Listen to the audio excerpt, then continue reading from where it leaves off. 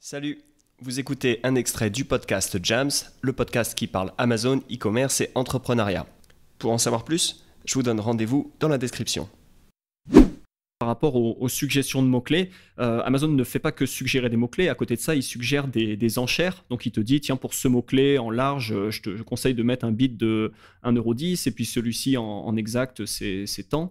Mon sentiment, c'est que quelque part, ces enchères, ces suggestions sont relativement hautes. Alors, peut-être parce que Amazon veut te faire dépenser plus. Donc, ma question, c'est comment est-ce que tu appréhendes ces suggestions? Est-ce que quelqu'un qui lance une campagne doit suivre Amazon en se disant Amazon comprend mieux l'environnement, le contexte du mot-clé et sa suggestion est bonne? Ou est-ce qu'il peut être judicieux de partir sur un peu moins ou un peu plus, peut-être, en se disant je veux mettre plus d'accent sur ce mot-clé, ou au contraire, je veux un peu observer, et donc ça a du sens de mettre un petit peu moins et de récolter quelque part des clics, tu vois, quand les concurrents ont plus de budget ou quelque chose comme ça.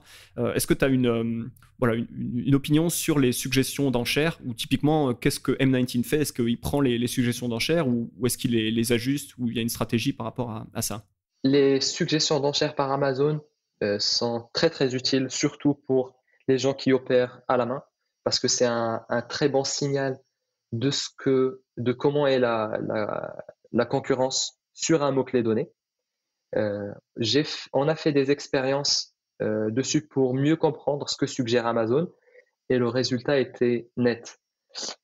Le, L'intervalle de suggestion d'Amazon est tout simplement la traduction de la concurrence sur le mot-clé donné. C'est-à-dire que sur un mot-clé donné, par exemple, chaussures pour sport, ce que font Amazon, c'est qu'ils vont regarder tous les gens qui sont intéressés par chaussures pour sport pour la publicité. Ils vont regarder combien ils sont prêts à payer le clic avec tous ces CPC-là qui évoluent dans le temps à une date donnée. Ils vont regarder la distribution de ce que font les gens et ils vont couper au min-max ou au quantile 10 ou 90. Et c'est ces distributions-là qui sont en train de retranscrire dans la recommandation qu'ils affichent. Et ça, pour le coup, on a pu le tester et le voir et le constater. Donc, ils sont pas en train de pousser les gens à bider plus fort ou plus bas. C'est une bonne info qu'ils donnent avec cette manière de suggérer les bids. En revanche, là où ça c'est un peu tricky, c'est que la suggestion elle est en rapport avec ce que payent les gens en CPC, ce qu'ils mettent dans la configuration de leur campagne. Par contre, surtout quand on est en lancement de produit, pour gagner une impression, il n'y a pas que le CPC qui est important. Donc, pour gagner une impression, il faut gagner l'arbitrage interne côté Amazon. Donc, ce qui se passe, c'est des enchères au second prix. Donc, dès qu'il y a une opportunité d'affichage, dès qu'il y a un utilisateur qui tape un mot-clé, Amazon, ils vont regarder quels sont tous les produits qui sont éligibles à ce mot-clé-là. Donc là, on reparle de cette histoire d'indexation et éligibilité. Ensuite, parmi tous ces mots-clés-là, ils vont regarder quelles sont toutes les campagnes en cours qui contiennent ce produit-là et ce mot-clé-là. Ils les récupèrent toutes. Ensuite, ils vont aller récupérer quel est le CPC de chacun de ces produits-là pour les mots-clés en question. Et ils ne s'arrêtent pas là. Donc, si Amazon se basait uniquement là-dessus, donc là, oui, je dirais que ce que tu mets par rapport à la suggestion peut être suffisant pour décider qu'est-ce qu'on devrait mettre typiquement au lancement d'un produit ou pas. En revanche, ils ne s'arrêtent pas là parce qu'ils regardent le CPC, mais ils regardent aussi quelle est la relevancy, à quel point la pertinence du mot-clé par rapport au produit. Et cette pertinence-là, ils l'estiment, entre autres, avec une estimation de quel est le taux de conversion du produit sur le mot-clé. Donc, plus tu as un taux de conversion estimé haut, ce qui revient à avoir une sorte de ranking organique haut sur le mot-clé, plus tu as de chances de gagner l'arbitrage interne pour la partie sponsorisée. Et aussi, plus tu as un CPC haut, plus tu as de chance. Donc, cet arbitrage interne, il prend plusieurs inputs. Parmi ces inputs, il y a le CPC que tu mets et il y a quelle est l'estimation, la probabilité que s'il t'affiche dessus, qu'il y ait une vente derrière. Parce qu'encore une fois, leur intérêt, c'est que les gens achètent avec le moins de clics parce qu'ils veulent que les gens trouvent facilement ce qu'ils cherchent. Et aussi, leur intérêt, c'est qu'il y ait réellement de la vente. C'est parce que c'est là où ils récupèrent au moins leurs 15% de commission. Donc, d'un côté, il y a la commission sur la vente. Donc ça, ils le récupèrent à travers l'input de la pertinence ou le ranking organique ou comme on veut. Et il y a aussi le revenu par la publicité qui mesure à travers le CPC. Donc, pour simplifier, pour gagner une enchère sponsorisée, Amazon vont jouer sur le CPC, vont considérer le CPC et vont considérer quelle est ta pertinence ou ton ranking organique sur le mot-clé en question. Donc, sachant qu'il n'y a pas que le CPC, il faut garder en tête que chacune des campagnes a un système d'enchères différent.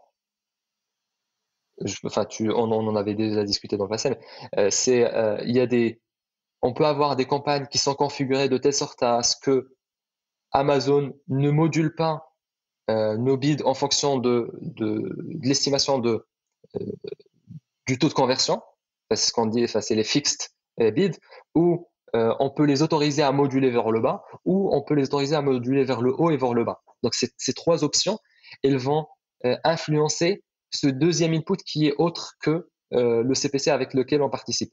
Donc la réponse à ta question, elle n'est pas si simple parce que ça dépend aussi de comment ta campagne est configurée. Est-ce que c'est avec une enchère fixe, une enchère juste vers le bas ou une enchère vers le haut et vers le bas?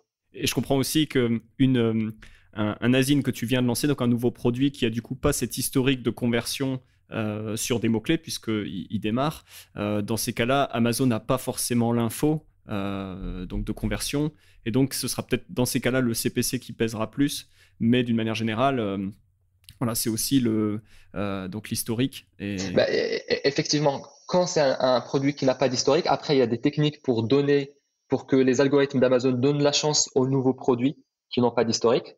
Donc c'est assez bien fait pour ne pas bloquer un nouveau produit qui n'a pas d'historique bas et ne jamais lui donner l'opportunité de décoller. Donc ça techniquement c'est assez bien géré, les algorithmes gèrent bien ce genre de choses.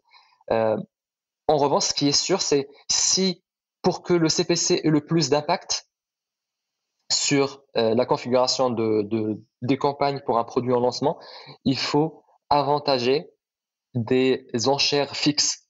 Si on choisit une enchère fixe dans la configuration de la campagne, ça veut dire que c'est en faisant varier le CPC vers le haut, il n'y a pas le risque de Amazon fasse varier la participation à l'arbitrage interne vers le bas, parce qu'on est dans un mode où on laisse la main Amazon de moduler vers le bas. Si typiquement ils pensent que c'est pas bon d'y aller sur ce mot-clé-là pour le produit donné, ils peuvent moduler vers le bas. Et du coup, le CPC aura moins d'impact parce qu'il y aura l'autre levier qui va tirer le bid vers le bas. Donc, pour donner le plus de poids au CPC pour un lancement, il faudrait choisir la configuration enchère fixe dans la configuration de la campagne. D'accord, ouais. Et du coup, à partir de quand est-ce que tu te dis, je peux commencer à donner à Amazon un peu plus de mou, on va dire, et donc basculer la campagne sur la possibilité d'enchérir à la hausse, à la baisse? Est-ce que c'est en termes de nombre de conversions? Est-ce que c'est en termes de... ou encore une fois, ça dépend du contexte. J'imagine que c'est une question assez difficile à répondre. À partir de quel moment est-ce qu'on peut changer comme ça la manière dont Amazon gère ses enchères? Honnêtement, je ne sais pas. Enfin, c'est très difficile à mesurer et mener des expérimentations dessus. Théoriquement, ce qui a le plus de sens, c'est si on est outillé et qu'on est capable de mesurer la pertinence et la rentabilité de chacun de nos mots-clés parfaitement. L'idéal, c'est d'utiliser des enchères fixes parce que puisqu'on module tout le temps, on a envie d'avoir un peu le contrôle de ce qui est fait et on aimerait avoir l'impact réellement des décisions qu'on a mis en place chaque jour. Donc ça, c'est la théorie. L'expérience et la réalité, nous, on n'a pas réussi à avoir des expériences avec des résultats nets sur le sujet. En revanche, j'ai vu des analyses faites par d'autres outils et acteurs dans le marché où ils ont ils ont plus de 500 clients sur lesquels ils ont mené des expériences de tester en masse ces 3 types d'enchères.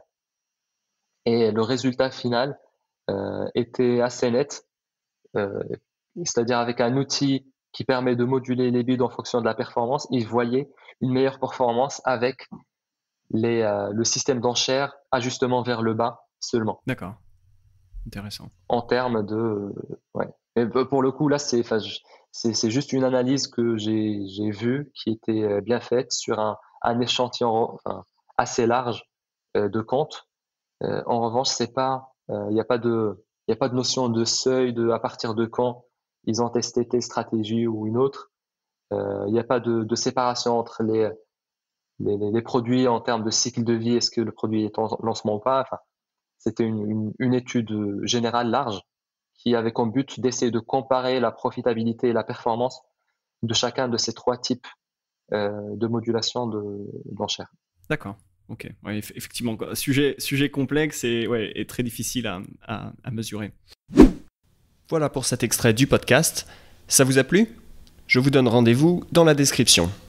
Vous y trouverez le lien vers l'épisode complet, mais aussi un lien pour vous abonner au podcast et ne manquer aucun futur épisode. Vous pouvez aussi vous abonner à la chaîne YouTube. Sur ce, je vous dis à très vite.